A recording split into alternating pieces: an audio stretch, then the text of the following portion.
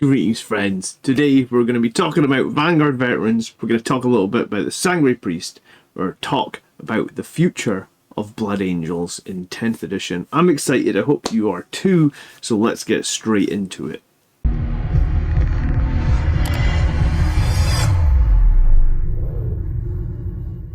Okay, welcome friends. It's so exciting. 10th edition. There's so much new content to talk about. I wanted to start by talking about Vanguard Veterans. I've heard a lot of people being upset about Vanguard Veterans, like the heirloom weapons. There's a debate about them. So what I did was, we had the 3-hour live stream going into the Blood Angels Codex yesterday. If you've not seen that, I will put a link to it up above. You can click that. But I wanted to get straight into looking at Vanguard Veterans, everything about them, who can attach to them, and if they can be good, because people are very upset about heirloom weapons. So all the Vanguard veteran melee weapons are gone. They used to get like chainswords, power swords, thunder hammers, lightning claws. All that is gone. It's been replaced with a generic heirloom weapon. An heirloom weapon is 4 attacks, weapon skill 3 up, strength 5, -1, 1 damage. And anytime you make a charge move, you get lethal hits. Lethal hits means when you roll a 6 to hit, it becomes an auto wound. Right. So is this new profile good? And should we use it? Remembering Vanguard Veterans are basically the only jump unit we can get with an invulnerable save, and that comes in the way of a Storm Shield. So if you don't want to run the Storm Shield, you can run obviously like Grav Pistols, Hand Flamers, Infernal Pistols, all that sort of stuff. But I'm going to be focusing on the Storm Shield. That is basically how I made my Vanguard Veterans. I have tons of them with Storm Shields because I like durable units. And with the 4-up invulnerable save from the Storm Shields, they can actually spike a little bit. I've had like a whole squad of Retribrutors shoot them with multi-meltas, and I've lost a single guy. So Storm Shields on a fast-moving jump unit is actually really good.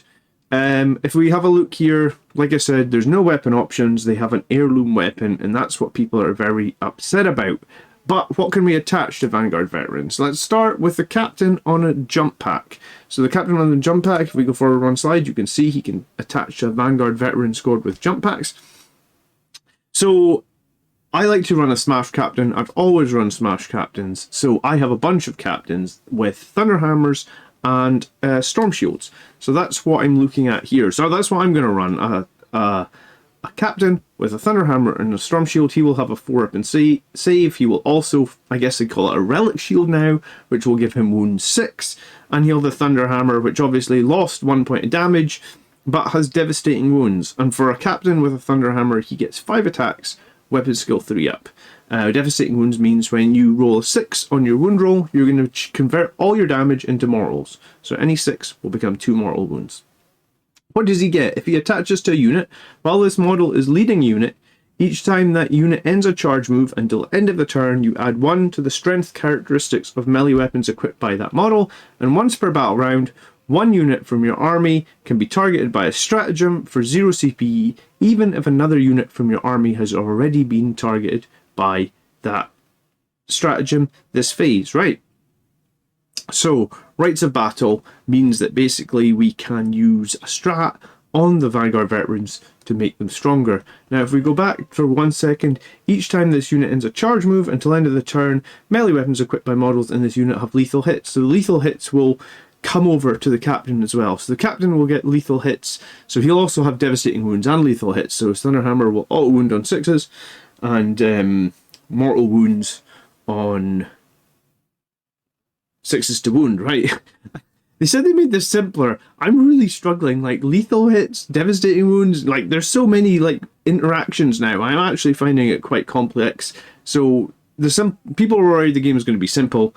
I don't think it is, and maybe as we play a bit more, we'll catch up on all that. But there's a lot to take in, and I'm actually struggling with all the different keywords, and I'm having to refer to the core book a lot. Anyway. What's next? What else can we attach to the unit? Because that's where this starts to get interesting.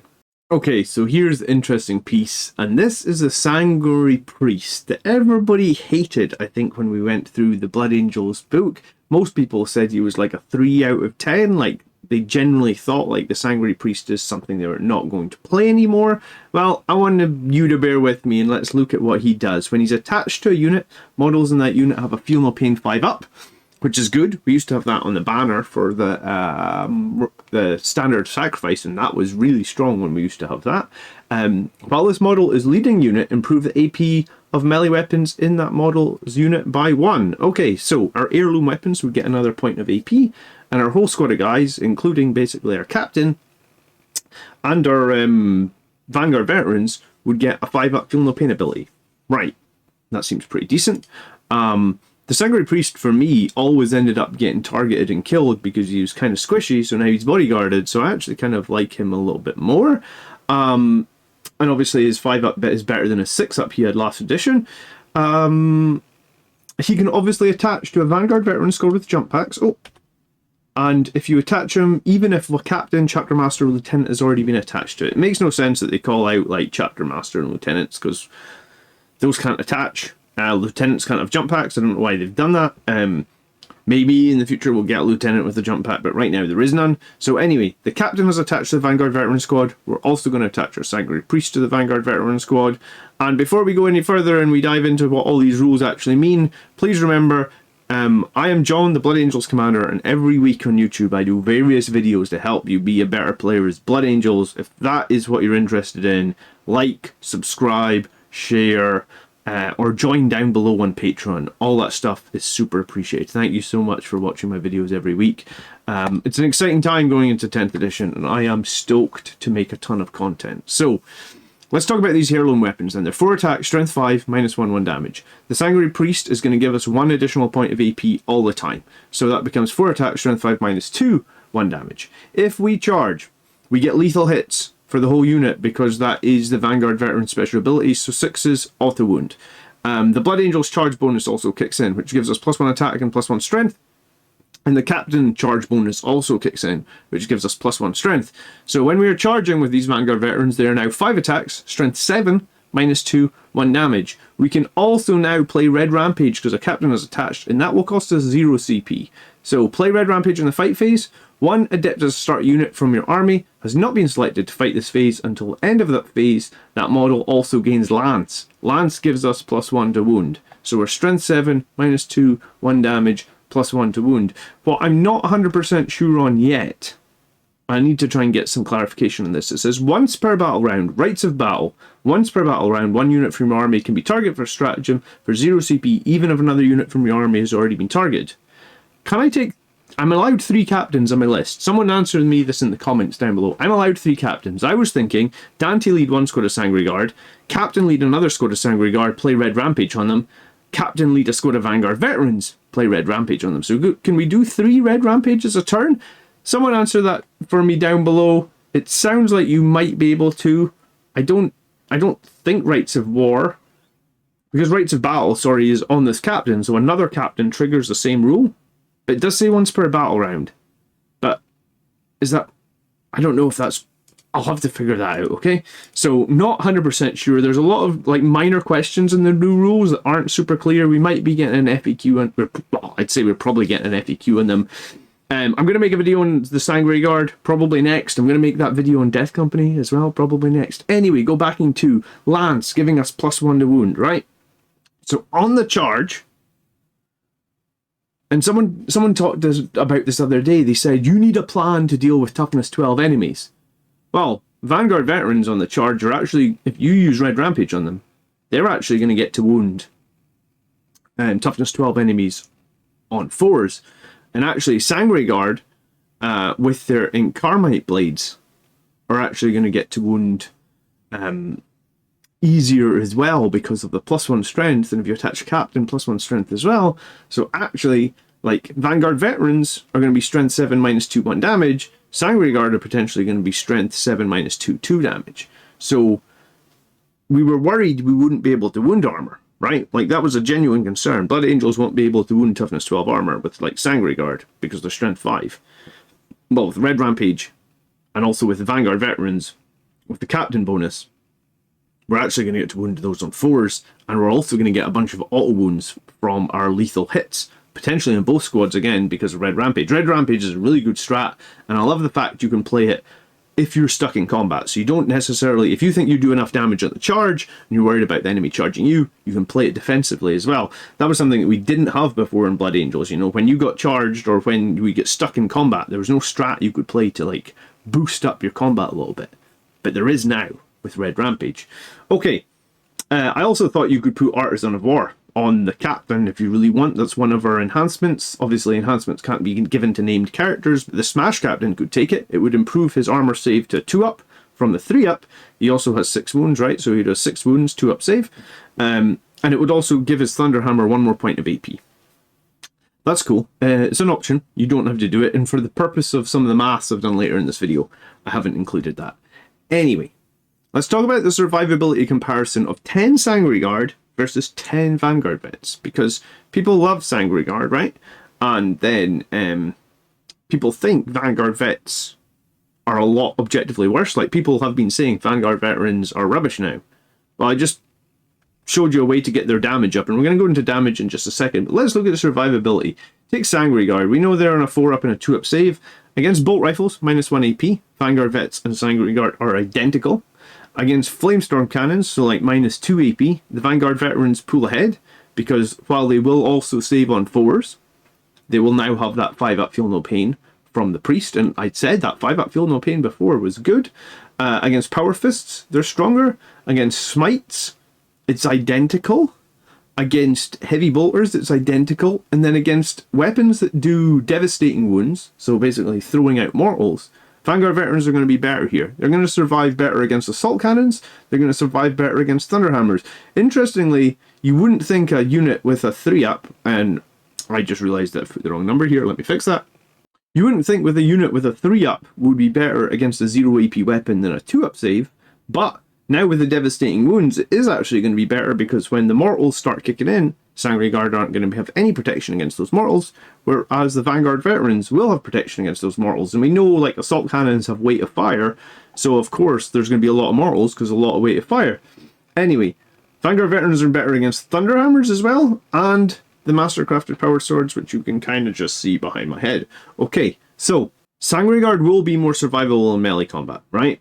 Assuming the enemy take the -1 to hit penalty. These numbers are the number of hits needed to be made. So, let's say you were -1 to hit your hero in the Sangre Guard. I've not factored that in. I've just factored in like so 120 hits would be the wounds against the save against the Feel No Pain. So so basically, like, if you're fighting, I don't know, if you're fighting Power Fists, for example, then it's probably going to take the enemy more attempts to hit the Sangre Guard. So the Vanguard Veterans wouldn't be as survivable, right? And then if Dante's attached to Sangre Guard, we know that they can also become -1 to wound, and there will be a new video on that soon, I promise. That's one of the videos I'm very excited about to make. I think, like, right now, we don't have enough information, but I think personally, I might run like a captain with 7 Vanguard Vets, Dante with 7 Sangre Guard, a captain with 7 Sangre Guard. I'll probably put that priest into the Vanguard Vets as well. I might run like Death Company and maybe like 2 7s, Lamartez lead 1, and maybe 1 unled. I don't know. There's so many questions, but we'll get to all that. Anyway, if the Vanguard Veterans have this priest attached, they're more survivable in terms of raw incoming damage than the Sangre Guard, and they obviously perform better against mortal wounds and devastating wound weapons. So I think there's definitely a place for these Vanguard Veterans, and if you look at all these numbers here, I haven't put anything in with really high AP. And remember, like, multi-meltas on -4. Sangre Guard are only saving on 6s. Vanguard Veterans would be saving on 4s, and then potentially, really potentially, that 5-up Feel No Pain could just trickle. You know, anytime the opponent rolls just like a low damage number, suddenly you could get a single Vanguard Veteran could survive the multi-melta shot because they roll a 2 in damage, you roll a single 5-up Feel No Pain. I don't know if I can do all the maths. Honestly, doing the maths with lethal wounds and lance and devastating wounds for this slide was an absolute nightmare. It took me ages. But I guess my point is, don't be writing Vanguard Veterans off. They are durable. They are more durable than Sangre Guard. The only way Sangre Guard are more durable if the enemy take the -1 to hit and potentially the -1 to wound. And I don't know if enemies... So if there's situations where enemies have rerolls into us, the Vanguard Veterans are probably going to be better. If there's situations where the enemies have like +1 to hit and they already hit on 2s, then again, Vanguard Veterans are probably going to be better. So Vanguard Veterans, in terms of raw survivability, they were more survivable last edition. I think they are more survivable now, this edition. Bearing in mind that you can play Armor of Contempt now. So Sanguinary Guard could play Armor of Contempt. Vanguard Veterans could play Armor of Contempt against low AP weaponry. Both units could also add a bit more survivability. So when we're charging with these Vanguard Vets, we're Strength 7, we're -2, we're 1 damage, we've got Lance and Lethal Hits, assuming we play Red Rampage. So 7 Vanguard Veterans would give us 35 attacks. We're also going to factor in the Captain with 6 attacks, Strength 9, -2 AP, 2 damage. It could have been -3 if we included that relic I showed you earlier, but I don't... Or sorry, they're called enhancements now. They could be an enhancement that I showed you earlier, but I don't exactly know how much points they cost or everything about them. More videos will be coming. Anyway, looking at how much damage this squad would do. The Vanguard Vets, the Captain, and the total. And you know what? I didn't even include the Sanguinary Priest. I kind of forgot about him. Give me a second. Let's look at what he's got. Alright, I quickly went back and added the Sanguinary Priest's damage here. So the Sanguinary Priest has a chainsword, but he hits on 2s. It'll be Strength 6, because it's Strength 4 normally. He's going to get +1 from charging from Blood Angels. He's going to get +1 from the Captain as well. He's going to get +1 AP from his aura for leading the unit, so -2, and he's got 1 damage. He also has Lance and Lethal Hits. So he's actually going to do some damage as well. So, let me move myself out of the way here for a second. Yep. So, let's look at damage output from 7 Vanguard Vets, plus a Captain, plus the Sanguinary Priest. And bear in mind, there's some cool stuff now. For example, incursors. If you shoot a unit with incursors, then you get +1 to hit. So all this stuff here, apart from the Sanguinary Priest, is hitting on 3s. The Vanguard Veterans are hitting 3s. The Captain's hitting on 3s. So potentially you can give, like, it's very easy now to get +1 to hit on all these. You just shoot them one time with your incursors, if I'm not mistaken, and then you'll get +1 to hit, which I guess would probably increase the actual damage output you do here by, I guess, like maybe 10 or 15%, something like that. Anyway, Assault Intercessors. This squad, I guess these 9 guys, would annihilate an entire squad of Assault Intercessors. It would kill all 10 of them. Against Terminators, against like 3 wound Terminators, it would kill the whole 5-man squad. If it was a 4 wound Terminator squad, because they're all wearing storm shields, then I guess we would kill, what, 4 of the 5 Terminators against a 6-man squad of aggressors, because they would have 18 wounds. It would kill the whole squad as well. Against a Gladiator tank, well, it's got 12 wounds, and we've just killed the whole Gladiator tank. So I guess, like, we're talking about being worried about dealing with armor. Well, we just killed the Gladiator tank in 1 round of combat. And then against the Land Raider, we've done 11.67 damage. So I think Land Raider's bracket on 1 to 4 wounds. So we basically bracketed it down to lowest in 1 round of combat. And I guess if we were to give it +1 to hit, then we could possibly almost kill it if we had any other damage in this army, right? Like anything shooting, like a single las cannon or something, that we could hit that Land Raider before we charge. So this Vanguard Veterans are arguably not an anti-tank unit, or an anti-vehicle unit, or an anti-monster unit. They're an anti-infantry unit. But for Blood Angels, they actually can still do some serious work looking at the numbers. Now, full disclaimer, these numbers are actually harder for me to work out than last edition, because you've got devastating wounds, you've got lances, you've got lethal hits, you've got all these procs on 6s, and I did have to do a ton of maths to get here. I want to say these numbers are like 90% accurate. There could be some discrepancies. Feel free to correct them in the comments, and feel free to point out if I made any silly mistakes. But for the most part, this unit is actually really, really good. I think I haven't run my Vanguard Veterans for a while.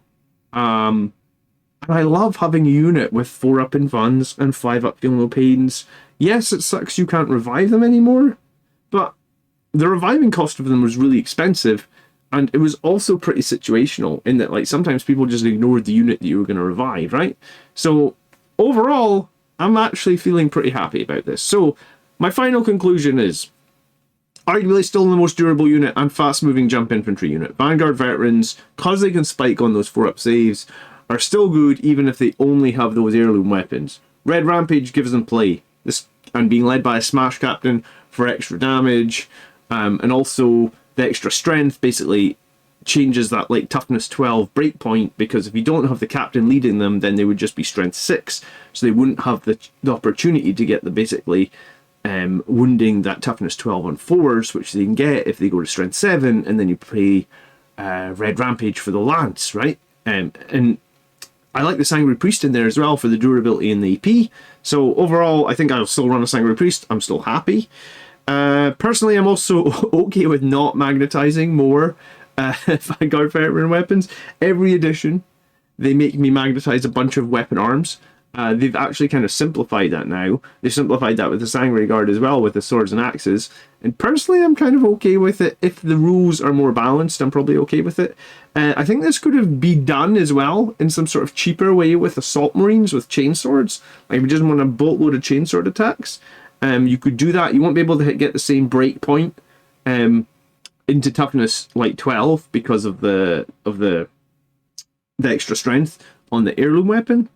But yeah, you could do it. Lots of chainsword attacks will blend things as well. I just think this Vanguard Veteran squad can actually be pretty useful at killing both infantry now and killing armor. You saw that. They kill like a whole squad of Terminators, a whole squad of Aggressors, 10-man Assault Marine. Like they blend infantry and they do damage to armor. There's so many more videos from me to come for 10th edition. I'm so excited that you guys are supporting me in everything I do. This week has been kind of mad. We were like just 10, I think it was like 7 viewers shy of 350 concurrent viewers, which is the most I've ever had on the live stream, which was insane actually.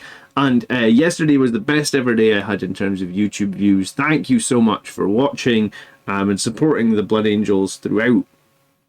9th edition, it's super exciting moving to 10th edition. You can expect a ton of content from me. If you have not yet subscribed, please do that. If you ever have a second at the end of the videos, always hit that like button because it helps me out with the algorithm. And if you do want to support the channel, there's 2 ways you can do this. You can click the big join button underneath the YouTube video, which will let you support the channel, and that's like $4 a month. If you cannot afford $4 per month, you can support me on Patreon. There's a link in the video description for like $2.50 a month. It helps me get more content out, and it sort of justifies to my wife how I can work on YouTube of an evening. So I will see all of you guys on the battlefield. Battle reports will be coming hopefully on the 24th, the day that 10th edition releases. There's going to be so many more videos. I'm excited to make everything. Please also join our Discord or our Facebook group, and I will catch you in the next video. By the blood are we made strong, brothers. Here's to a glorious 10th edition. Peace.